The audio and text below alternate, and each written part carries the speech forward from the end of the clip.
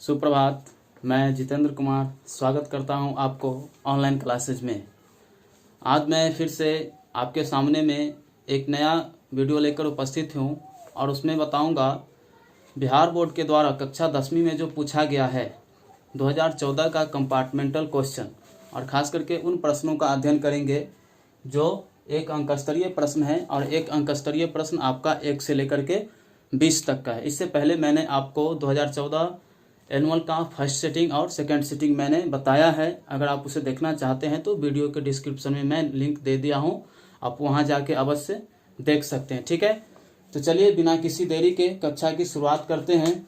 और इससे पहले अगर मेरे चैनल को आप सब्सक्राइब नहीं किए हैं तो अवश्य ही चैनल सब्सक्राइब कर लें, अपने दोस्तों के साथ शेयर करें अच्छा लगे तो। ठीक है, चलिए आपके सामने मैं पहला क्वेश्चन रख रहा हूँ और पहला क्वेश्चन है, यदि अल्फा बीटा दिया हुआ है, यदि अल्फा और बीटा, ठीक है, द्विघात बहुपद एफ एक्स इसके बराबर दिया हुआ है x square minus 5x plus 7, ठीक है, प्लस 7 के मूल हो।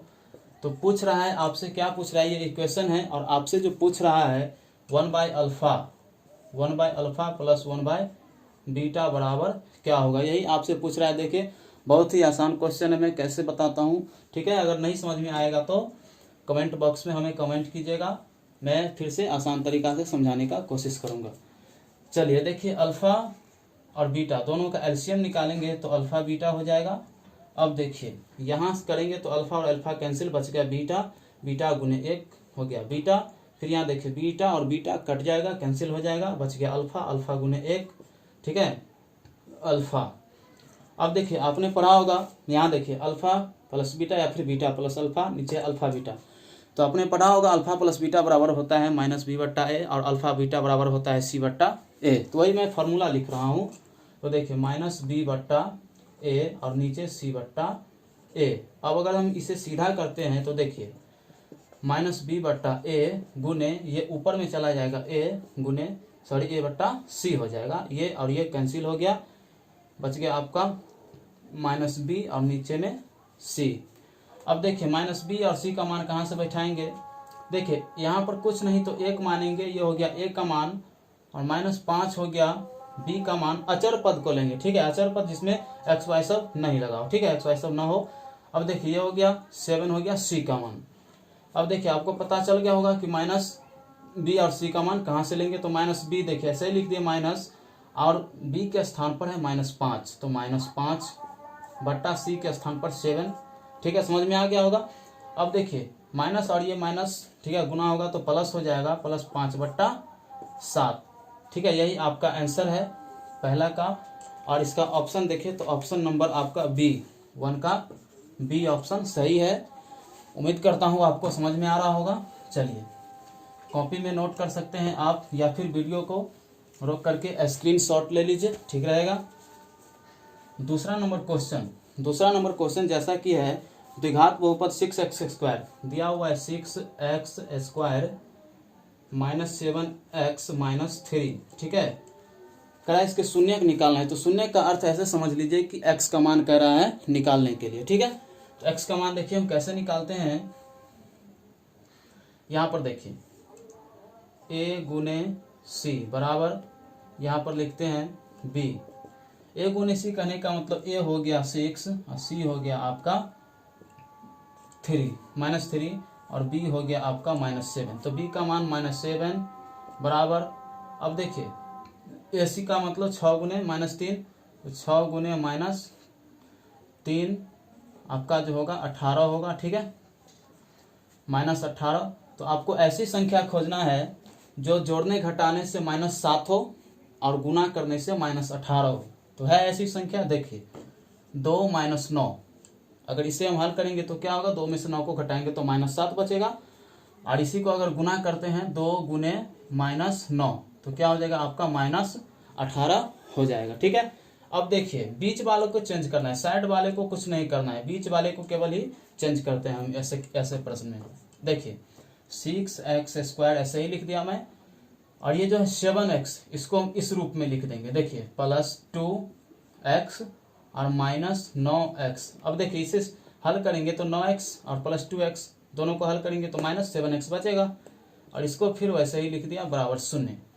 अब देखिए यहाँ पर दोनों में कुछ कॉमन हो रहा है, तो यहाँ पर हम कॉमन ले रहे हैं 2x कॉमन लेंगे तो यहाँ पर हो जाएगा 2 तिया 6, 3 1x बच गया x, और 2x भाग देंगे 1 बचेगा +1। अब यहाँ देखिए 3 कॉमन लेते हैं यहाँ पर -3, यहाँ क्या बचेगा 3 तिया 9 और x सही लिख देंगे 3x। अब देखिए माइनस और माइनस प्लस हो जाएगा तो प्लस और 3 एका 3 बराबर 0। उम्मीद करता हूँ समझ में आ रहा होगा। चलिए नहीं समझ में आ रहा है तो वीडियो को दोबारा देखिए, 3 बार देखिए, और उसके बावजूद अगर नहीं समझ में आता है तो कमेंट कीजिए हमें, मैं फिर से उसे बताने की कोशिश करूँगा। यहाँ देखिए कॉमन आ रहा है फिर 3x + 1 तो लिख लेते हैं 3x + 1, बच गया क्या 2x - 3 ठीक है बराबर 0। अब देखिए दोनों को अलग अलग कर लेते हैं हम, ठीक है। 3x + 1 बराबर 0, 2x - 3 बराबर 0। यहाँ पर हो जाएगा 3x बराबर माइनस में प्लस में है तो राइट साइड में जाएगा तो -1, और यहाँ हो जाएगा 2x बराबर 3 हो जाएगा, ठीक है, क्योंकि इधर माइनस है उधर गया राइट साइड में तो प्लस में चला गया, इसलिए यहाँ पर हो जाएगा x बराबर -1/3, और यहाँ पर हो जाएगा x बराबर आपका 3/2, क्योंकि यहाँ गुना है राइट साइड में जाएगा तो भाग में, यहाँ भी गुना है राइट साइड में जाएगा तो भाग में हो जाएगा, ठीक है। तो x का मान आपका निकला -1/3 और 3/2। और दूसरा का ऑप्शन देखें तो आपका दूसरा ऑप्शन हो गया ए, दूसरा का ए ऑप्शन सही है, ठीक है। उम्मीद करता हूँ आपको मैं बहुत अच्छा से समझा पाया हूँ। चलिए अब नेक्स्ट क्वेश्चन की ओर चल रहे हैं, और अगला क्वेश्चन है आपका, देखिए दिया हुआ है एक वृत्ताकार पथ पर 3 धावक एक ही स्थान से दौड़ना प्रारंभ करता है। देखिए ये कोई वृत्ताकार पथ है, आप लोग दौड़ते होंगे ग्राउंड में, तो वही वृत्ताकार पथ है, और 3 धावक एक ही स्थान से तीनों जो है दौड़ना क्या करते हैं प्रारंभ करते हैं, और पूछ रहा है कि पुनः तीनों जो है एक ही बिंदु पर कब पहुंचेगा, जबकि एक को समय लगता है 2 घंटा, एक को लगता है 4 घंटा, एक को लगता है 6 घंटा, ठीक है। तो पुनः जो है तीनों एक ही स्थान पर कब मिलेगा, इसका मतलब है इसका आप एलसीएम निकाल दीजिए। देखिए 2 से लगाएंगे 2 एकाई 2, 2 दूना 4, 2 तिया 6, एलसीएम क्या हो गया 2 एकाई 2, 2 दूना 4, 4 तिया 12, आपका जो आंसर हो गया 12 हो गया। और 3 का ऑप्शन देखें तो 3 का ऑप्शन के हिसाब से आपका सी, ठीक है, 3 का ऑप्शन सी। बहुत ही आसान क्वेश्चन था। चलिए चौथा क्वेश्चन की ओर हम चल रहे हैं, और चौथा क्वेश्चन ये आपके सामने दिया हुआ है। क्वेश्चन बहुलक ज्ञात करना है। क्वेश्चन है 1 3 0 3 1 और फिर 3 है, इसका बोल रहा है बहुलक ज्ञात करने के लिए। इसका अर्थ, बहुलक का अर्थ ये हुआ कि इसमें जिसकी संख्या ज्यादा होगा वही क्या हो जाएगा आपका बहुलक हो जाएगा। बहुत आसान है। देखिए इसमें 1 की संख्या 2 है, 1 और 1 यहाँ पर 2 हो गया, 3 की संख्या सबसे ज्यादा है 1 2 3, तो यही आपका क्या हो गया बहुलक बराबर हो गया 3, यही आपका आंसर हो गया, जिसकी संख्या ज्यादा वही आपका बहुलक। तो चौथा का ऑप्शन देखें तो ऑप्शन डी है, ऑप्शन डी सही है। उम्मीद करता हूं समझ में आ रहा है। अब चलिए 5वां नंबर क्वेश्चन की ओर चल रहे हैं हम, और 5वां नंबर क्वेश्चन है आपके समक्ष कि सभी समबाहु त्रिभुज होते हैं समरूप होते हैं। 5 का ए ऑप्शन याद रखिए, 5 का ए, सभी समबाहु त्रिभुज समरूप होते हैं, ठीक है, सभी समबाहु त्रिभुज समरूप होते हैं, इसका ऑप्शन होगा समरूप। चलिए अब 6ठा नंबर क्वेश्चन है आपका, बिंदु दिया हुआ है ए बिंदु है आपका 8,10 और बी है आपका 4,6। इससे आपको पूछ रहा है कि मध्य बिंदु क्या होगा। तो आपने पढ़ा होगा कि मध्य बिंदु बराबर होता है, मध्य बिंदु बराबर होता है x1 + x2 बट्टा 2 y1 + y2 बट्टा 2, ठीक है, y1 + y2 बट्टा 2, समझ में आ रहा होगा। अब देखिए x1 और y1 का मान कहाँ से बैठाएंगे, तो ये हो गया x1 y1 x2 और y2, अब तो समझ में आ गया होगा। तब देखिए x1 हो गया आपका 8 + x2 हो गया 4 बट्टा 2। अब यहाँ देखिए y1 हो गया आपका 10 प्लस y2 हो गया 6/2।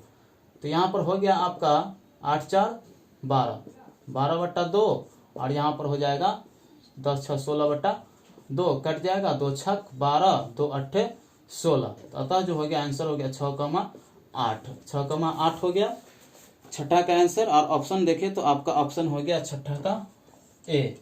ठीक है, समझ में आ रहा होगा उम्मीद करता हूँ। अब 7वां नंबर क्वेश्चन की ओर हम चल रहे हैं और 7वां नंबर क्वेश्चन मैं आपके सामने में रख रहा हूँ, देखिएगा। 7वां नंबर क्वेश्चन है, यदि किसी वृत्त की त्रिज्या दोगुनी कर दी जाए तो नए एवं पुराने वृत्त की परिधियों का अनुपात क्या होगा। ठीक है, तो मानते हैं वृत्त की त्रिज्या मतलब पुराने वृत्त की त्रिज्या क्या दिया हुआ है, r दिया हुआ है, और नया वृत्त की त्रिज्या आपका दोगुना कर दिया है तो 2r, 2 गुने r 2r कर दिया है।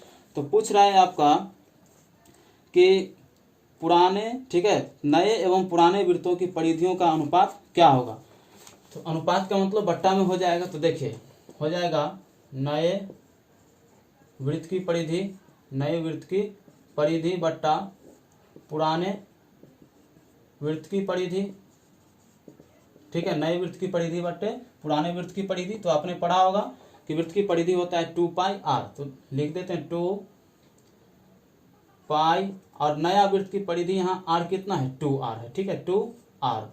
अब यहाँ देखिए पुराने वृत्त की हो गया 2πr, ऐसे ही होगा। अब देखिए 2π से 2π कैंसिल हो जाएगा, r से r कैंसिल हो गया, ऊपर में बच गया 2, नीचे में 1। अतः इसे अनुपात में लिखे तो 2:1। ठीक है, 2:1 होगा। और 7 का ऑप्शन देखे तो 7 का ऑप्शन बी है 7 का।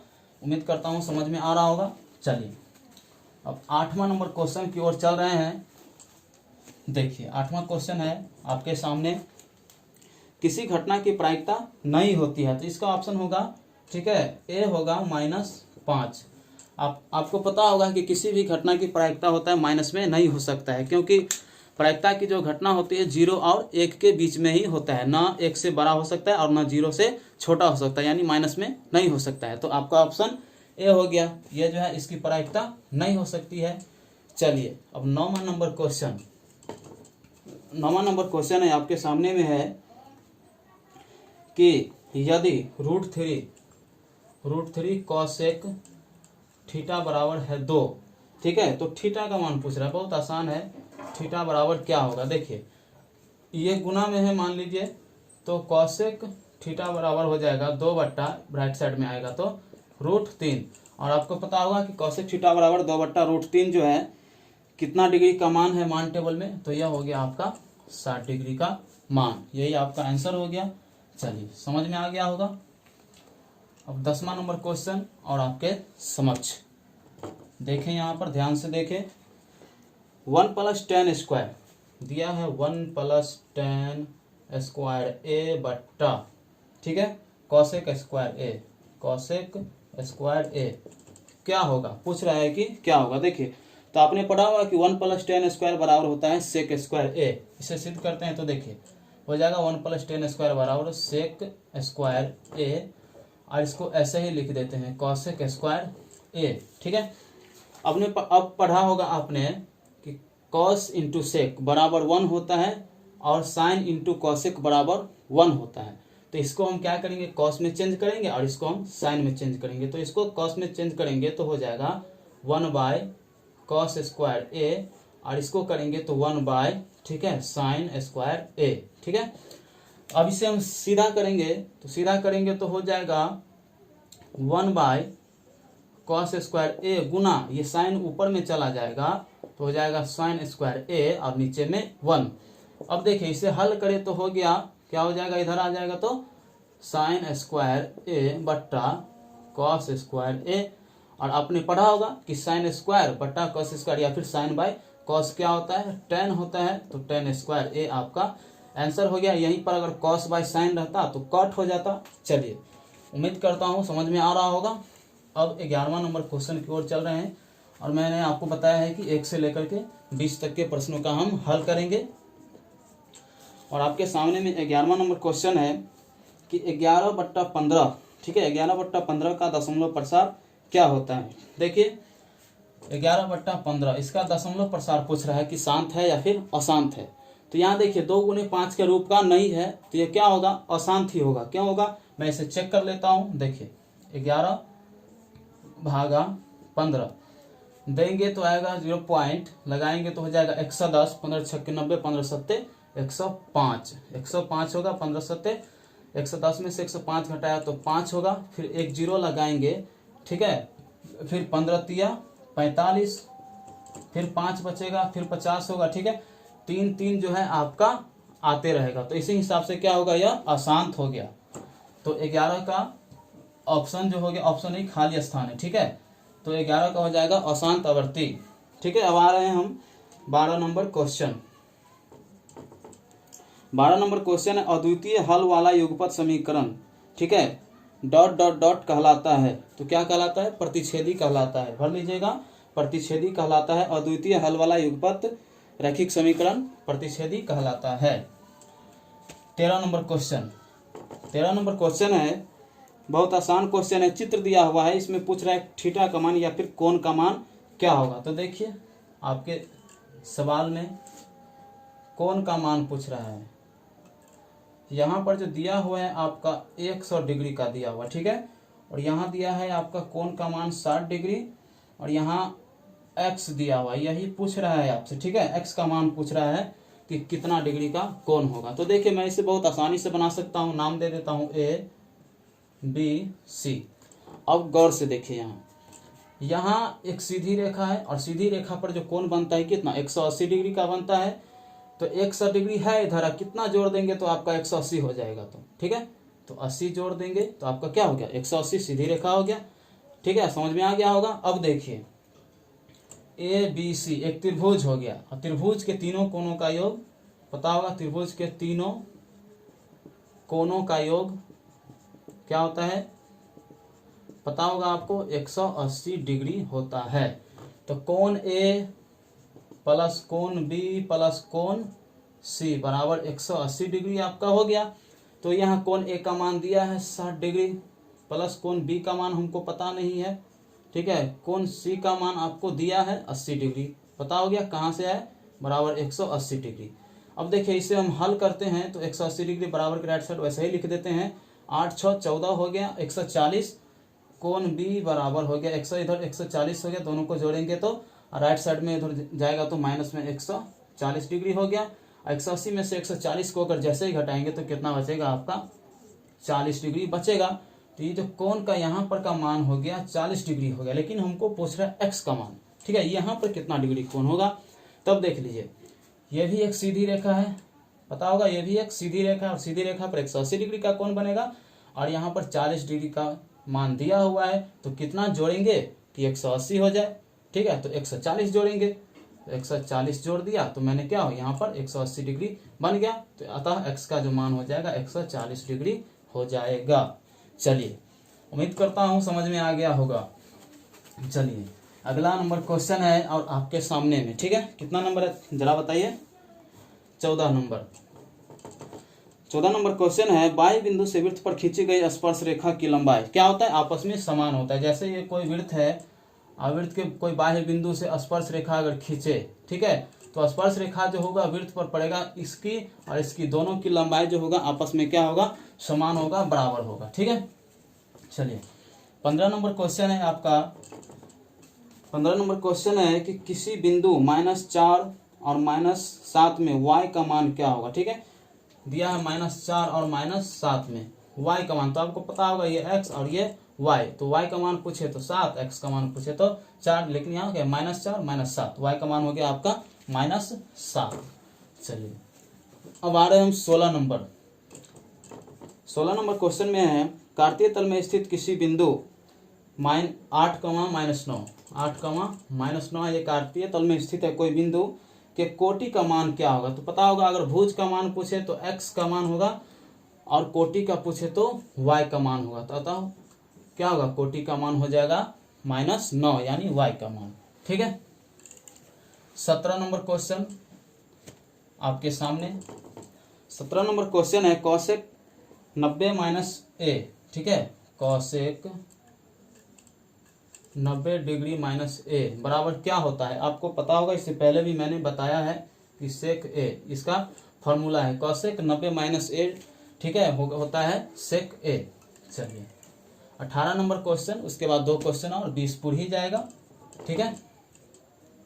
18 नंबर क्वेश्चन है कि कॉस 60 डिग्री, देख लीजिए बहुत ही आसान क्वेश्चन है, cos 60 degree into cos 30 degree, cos 30 degree minus sine 60 degree into sine 60 degree into sine 30 degree. देखिए इसका मान 0 होगा, कैसे 0 होगा देख लीजिए, मैं बता रहा हूं।